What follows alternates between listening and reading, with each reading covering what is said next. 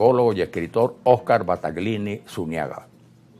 Bueno, este libro nace como una idea de sistematizar una cantidad de vivencias, de anécdotas, de registros fotográficos tomados de la prensa de la época, rescatados por mi amigo José Antonio Cedeño.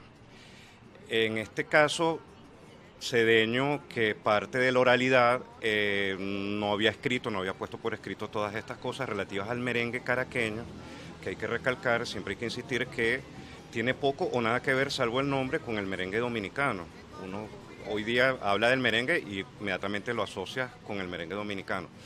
En este caso, yo le dije a Cedeño, bueno, vamos a empezar esto como una colaboración, que terminó siendo una coautoría, en vista que, bueno, yo me involucré tanto en el proyecto, que entonces, claro, puse tanto de mí que yo le dije, mira, finalmente, Cedeño, vamos a tener que hacer esto entre dos.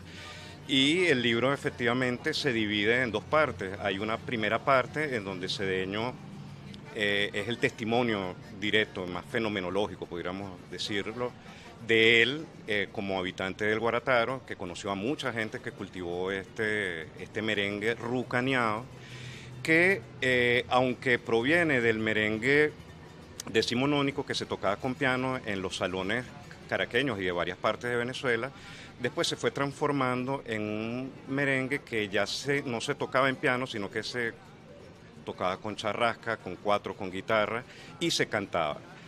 ¿Cuáles eran las letras de ese merengue? Bueno, un merengue más popular y que terminó popularizándose mucho en el barrio El Silencio. Esa es la historia que básicamente se narra en este libro, que recoge incluso algunas letras ya desaparecidas de merengues que fueron muy usados en los maviles.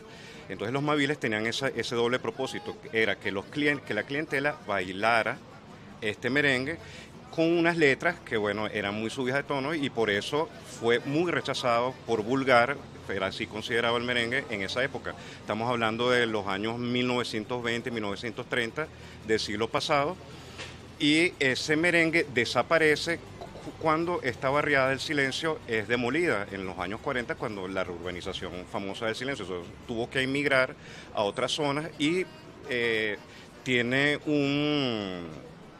se produce una mutación en ese merengue. Son las grandes orquestas de baile de la RAIN, fundamentalmente, primero, y Billo después, los que van a popularizar ese merengue que quedó, pero con otro tipo de letras y con otro tipo de musicalización. Sobrevive de alguna manera en estas orquestas, pero ya transformado. En el caso de Caracas, y específicamente en esta zona del Silencio, era un punto de encuentro. Estaba muy cerca el ferrocarril que venía de La Guaira y también de allí partía el tren que iba hacia Los Teques, hacia la zona central del país. Entonces es en el Silencio donde se da esa confluencia de distintas influencias. Venía mucha gente de las islas del Caribe, de República Dominicana, de Curazao, de Puerto Cabello, y era el punto de encuentro. Incluso hay reportes de la época en donde, por ejemplo, la cercana urbanización El Paraíso, que era la urbanización, digamos, como de la alta sociedad, donde iba mucha gente, como se decía, a tirar una canita al aire al Silencio, porque fíjate, el Silencio, a pesar de lo pequeño del espacio, en ese momento, en el año 1935, aglutinaba el 10% de los habitantes de la ciudad, eran 3.000 habitantes. Sí, justamente la popularidad del merengue posterior nace como consecuencia, y ya lo mencionábamos anteriormente, consecuencia de una transformación que le dan las orquestas de baile, en este caso la de la RAIN y Billo. ¿En qué consistió esa transformación? Básicamente se siguió siendo la misma música, pero las letras cambiaron. Entonces eran letras que siguieron siendo muy jocosas. Por ejemplo, uno escucha el conjunto Los Criollos, que fueron de los pocos agrupaciones que recogen más la esencia de ese merengue originario. Y entonces hay letras como, qué sé yo, el cochino. Entonces una persona que tenía cara de cochino, rabo de cochino, letras muy, muy jocosas y se jugaban mucho con el doble sentido. Entonces esos merengues fueron cambiando sus letras, pero musicalmente estas orquestas de baile lo estilizaron y va a sobrevivir también en las agrupaciones de lo que después popularmente se conoció como la música cañonera. Los cañoneros también van a recoger que originalmente no tocaban merengue, tocaban valses, tocaban otro tipo, tocaban pasodobles, pero fueron incorporando el merengue porque fue quedando en el alma popular el gusto por ese merengue que ya no se podía cantar ni bailar con ese tipo de letras. Este libro creemos que es un aporte importante porque del merengue se ha hablado mucho, pero se ha escrito muy poco. Y de lo poco que se ha escrito han sido personas interesadas, músicos sobre todo, musicólogos, que hablan es de la parte musical, se atienen solamente a lo estrictamente musical.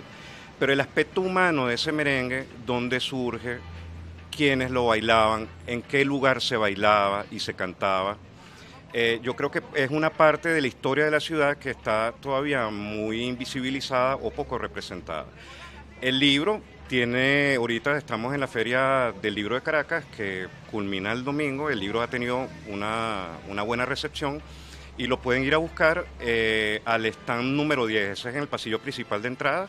Eso está en la Galería de Arte Nacional hasta el domingo, este domingo que viene, que es la clausura de la feria. El merengue caraqueño también han sido rescatados por voces como Jesús Sevillano, Cecilia Top, Alberto Ibarreto, Lilia Vera, Simón Díaz, César del Ávila y Otilio Galíndez, entre muchos otros.